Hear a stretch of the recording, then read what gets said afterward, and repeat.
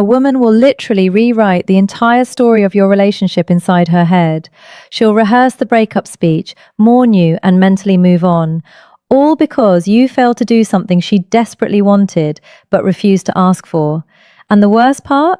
You'll have absolutely no clue it even happened until right now, because I'm about to tell you everything. Let me start with a confession. I almost didn't make this video, and not because the topic is uncomfortable. Trust me, I have zero shame. But because what I'm about to share breaks an unwritten code that women have been silently protecting for generations. Researchers at the University of Texas conducted a multi-year study on communication gaps in romantic relationships, and they found something that should genuinely alarm every man watching this. 72% of women admitted to wanting specific behaviors from their partner that they had never once verbally requested. Not because they forgot, not because it wasn't important, but because they believed that having to ask would strip the behavior of its meaning entirely. She would rather go without the thing she wants than have to explain it to you. That's not stubbornness. That's not a flaw. That's wiring. And if you don't understand that wiring, you will keep losing women who were completely in love with you, and you'll never understand why they left. Now, I titled this video Dirty for a reason, but probably not the reason you're thinking. Some of these are physically intimate, sure, but most of them are dirty in a different way. They're the thoughts she buries because society told her wanting them makes her too much, too needy, too traditional, too intense. So, she shoves them into a mental vault, locks it, swallows the key, and prays that somehow you just figure it out. Well, today is the day you figure it out. And I'll warn you, number 3 on this list is the one that breaks most relationships silently, invisibly, without a single argument. It just erodes things until one day she's gone and you're holding your phone, wondering when everything changed. So, pay attention when we get there. Here we go. Number 7. Interrupt her overthinking with physical certainty. Every woman has a version of this moment. She's spiraling. Maybe it's about work. Maybe it's about something her mother said. Maybe it's about a comment her friend made 3 days ago that she's been mentally dissecting with forensic precision. Her brain is running 17 tabs, and none of them are loading properly. What most men do in this situation is try to fix it. They start troubleshooting. Well, have you tried talking to your boss? Maybe just don't respond to her text. And from a logical standpoint, that makes perfect sense. Problem identified, solution offered, case closed. But here's what she actually wants, and what she will chew her own off before requesting. She wants you to walk over without saying a single word, take her face in both hands and kiss her forehead, or pull her against your chest and just hold there. No advice, no commentary, just your physical presence communicating something that words consistently fail to deliver. I'm here. I'm solid. You can fall apart for a second because I'm not going anywhere. Neuroscientist Dr. Tiffany Field, who founded the Touch Research Institute at the University of Miami, has published over 100 studies proving that physical touch reduces cortisol levels by up to 31% within minutes. But here's what the data doesn't capture: the snort's emotional weight of unsolicited touch from someone you trust. That's not just stress relief, that's safety made physical. Snorts. She won't ask for this because asking for comfort feels like admitting weakness. Most women have been conditioned to handle everything themselves.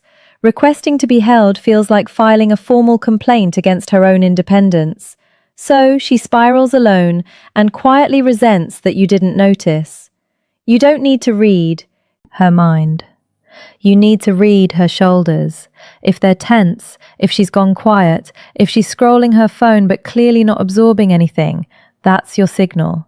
Don't ask what's wrong. Just close the distance and be the inter-option her nervous system is begging for. Number 6. Say her name during intimate moments, and not just those moments. There is something neurologically electric about hearing your own name spoken by someone you're attracted to. A study from the journal Brain Research found that hearing your own name activates specific regions of the left hemisphere associated with self-representation and identity processing. Your name is the one word in any language that your brain treats as fundamentally yours. Now, apply that to intimacy. Not just physical intimacy, though. Yes, absolutely that. But also the quiet moments when you're cooking together and he says your name before asking you to hand him the salt. When you're walking ahead of him and he calls your name just to make you turn around so he can look at you. When he's telling a story to his friends and says, "So then Sarah turns to me." And the fact that she exists in his narrative by name, not as my girlfriend or she, but as her. Most men default to pet names, babe, baby, hun. Those are warm and familiar, but also generic. Every woman he's ever dated was probably babe at some point. Her name, though, that's exclusively hers. And when you use it in a moment of intensity, a whispered confession, a heated argument, where you stop and say her actual name, a moment of closeness where her is the only word you can manage, that creates a response that pet names simply cannot replicate. She'll never ask you to use her name more often because that would make it feel manufactured. The power is that it feels instinctive, like you're so consumed by her specifically that her name is the word your brain reaches for automatically. Number 5. Handle another man's attention toward her with calm dominance, not reactive jealousy. This one is spicy, and I know it's going to trigger some debate, so let me be precise. She does not want you to start a fight or make a scene. That's not attractive. That's a liability. But she also doesn't want you to be completely unbothered. If another man is clearly flirting with her and you just sit there sipping your drink with zero reaction, she registers that. And what she registers is not, "Wow, he's so secure." What she registers is, "He doesn't care enough to respond." The sweet spot is calm, measured possessiveness. You walk over, you place your hand on her lower back, you look the other guy in the eye with completely relaxed confidence that says, "I see exactly what you're doing and I'm not even slightly threatened, but she's with me and we both know it."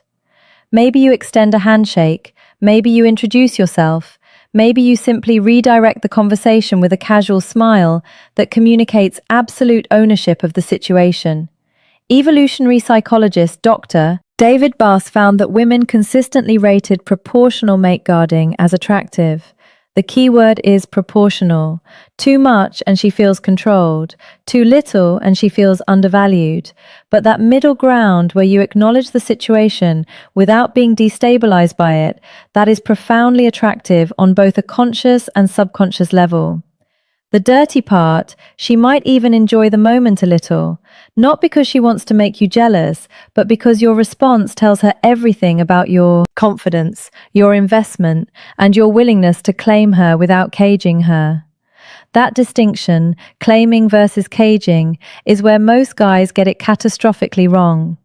Number 4, take something off her plate without announcing it. This is the silent killer of female attraction, and almost nobody is talking about it. The American Psychological Association's 2023 Stress in America survey found that women reported significantly higher levels of chronic stress than men across every measured category: work, family, household management, emotional labor, logistics, scheduling. She is running an invisible project management system in her head at all times, and most of it goes completely unnoticed. She wants you to identify one thing on her mental checklist without her having to delegate it, and just handle it quietly, completely, without expecting a parade. The car needs an oil change. It's done. She mentioned the kitchen faucet is dripping. Fixed by the time she gets home. She's been stressing about groceries. The fridge is stocked. Not. Because she asked. Because you paid attention and acted. Researcher Eve Rodsky calls this cognitive labor in her book Fair Play. Her research shows that in most heterosexual relationships, women carry roughly 70% of this invisible workload. And the exhaustion isn't from the tasks themselves, it's from being the only person who remembers that the tasks exist. When a man proactively handles something without being told, it creates a wave of relief and attraction that is almost embarrassingly powerful. She feels genuinely cared for. Not because the task was hard, because the noticing was rare. She'll never ask you to do this, because asking you to take something off her plate is ironically another thing on her plate. The moment she has to identify the task, explain it, and follow up on whether you did it, she's done more work than if she'd handled it herself. The magic is in the initiative. The magic is in her coming home and realizing something is already done, and she didn't have to think about it for even 1 second. Men who master clears throat, this become addictive because in a world where she has to manage everything, the man who manages something for her becomes the only place she can actually rest. Number 3, this is the relationship killer I warned you about. She wants you to pursue her after you already have her. That's it. That's the whole thing, and it is staggering how many men completely abandon this the moment the relationship becomes official. During the dating phase, you were incredible. You texted first, you planned dates, you complimented her without being prompted. Every interaction felt like you were actively choosing her, like being with her was a privilege you didn't take for granted. Then you got comfortable, and comfort is wonderful, but somewhere between comfort and complacency, you stopped doing the things that made her fall for you. Not because you stopped caring, because you assumed the work was done. Dr. John Gottman, whose research has predicted divorce with over 90% accuracy, identifies this as the erosion of turning toward. His data shows that couples who eventually separated had a turning toward rate of only 33%, while couples who stayed together maintained a rate above 80%. She doesn't need grand romantic gestures every week. She needs evidence, consistent, undeniable evidence that you would choose her again today. That if you met her for the first time this afternoon, you'd still pursue her. That she hasn't become furniture in your life. She will never vocalize this, because saying, "I need you to pursue me again," feels desperate. So instead, she goes quiet. She pulls back. She starts investing less because you invested less first. And by the time the conversation happens, if it ever does, the distance has already hardened into something much more difficult to reverse. A random Tuesday text that says, "I was just thinking about you and had to tell you," takes 4 seconds to send and can sustain weeks of emotional connection. A planned date night, not because she asked, but because you refuse to stop being the man who plans things, communicates more than 1,000 "I love yous" on autopilot. The men who keep pursuing their partners long after the chase is over are the men whose partners never stop being in love with them. The men who stop, they become roommates slowly, painlessly, and then all at once. Number 2, be verbally explicit about your desire for her, specifically her. Most men think women want to hear that they're beautiful, and they do, but your beautiful is the baseline. It's the equivalent of tipping 15% snorts expected, and it doesn't leave an impression. What she actually wants, what makes her replay your words at 2 a.m. in the morning, is snorts specificity. Not you're beautiful, but the way you tilt your head when you're thinking about something serious makes it physically difficult for me to concentrate. Not, "I'm attracted to you, but I watched you walk across the room at that party, and I forgot I was mid-conversation with someone." Not, "You look good, but that thing you did with your hair today, I've been distracted since this morning, and it's becoming a problem." The dirty element here is intensity. She wants to feel like your attraction to her is slightly unmanageable. Not in a threatening way, in a way that communicates, "You have disrupted my ability to function normally, and I am not even a little bit sorry about it." That raw, almost confessional quality, where you're not delivering a compliment, but admitting to a condition. That's what makes women feel genuinely desired. She'll never ask for this because you can't request obsession. It has to come from authentic overwhelm, and the beautiful thing is, if you actually feel it, all you have to do is stop censoring yourself. The thoughts are already there, you're just not saying them out loud. Start saying them out loud. Number 1, physically move her. I saved this for last because it's the one that makes women lose their composure fastest, and it's the one men are most hesitant to do. She wants you to physically guide her, move her, reposition her with confidence and without asking first. Hand on her waist, steering her to the other side of the sidewalk so she's not walking next to traffic. Fingers lace through hers, pulling her in a different direction because you spotted something you want to show her. Palm against her lower back, guiding her through a doorway. Hand on her thigh under the table. Not groping, not performing, just present. Standing behind her, both hands on her hips, gently turning her towards something. A study published in Evolutionary Behavioral Sciences found that women rated physical assertiveness, defined as confident, not aggressive physical guidance, as one of the top 5 indicators of a desirable partner. This behavior activated associations with protection, decisiveness, and physical confidence simultaneously. The psychology behind this is primal. Physical movement communicates that you're present in your body, comfortable in your strength, and confident enough to occupy space and to include her in that space. The reason this is number 1 is because it operates entirely outside of language. You can't fake this with words. You can't text it. It only exists in real time, in the electricity of physical proximity, and the confidence to close that distance without hesitation. She will never say, "I wish you would just grab me and move me where you want me." But every time your hand finds her waist and redirects her, every time you pull her closer without explanation, you become the man she compares every fictional character and every passing fantasy to. And none of them win because they're not real. And you're standing right there with your hand on her back, proving that reality is better. So now you have them.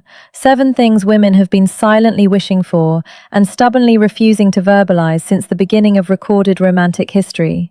The fact that you watched this entire video tells me you're not the kind of man who assumes he already knows everything. You're the kind who actually wants to understand. That quality alone puts you ahead of 90% of the men she's ever encountered. But knowledge without action is just trivia. I didn't make this video so you could store these as interesting facts. I made it so you could use them tonight, tomorrow, in the next quiet moment where you choose between playing it safe and doing something that actually makes her feel something. Choose the second option every time. Now, here's something that ties everything together in a way that might genuinely change your next interaction with her. While you've been sitting here learning what she secretly wants, there's an entirely separate reality playing out on her end that you're probably blind to. She's been watching YouTube. She's been evaluating, calculating, and in many cases, she's already made her decision about you. The verdict is in, and she's not sharing it. The video appearing on your screen right now is called 4 Clear Signs She's Already Chosen You, but Isn't Telling You. And if you don't watch it next, everything you just learned becomes only half the equation. Knowing what she wants is powerful, but recognizing when she's already decided you're the one, that's the difference between a man who's trying and a man who's already willing without realizing it. It's right there. Go watch it now. I'll see you on the other.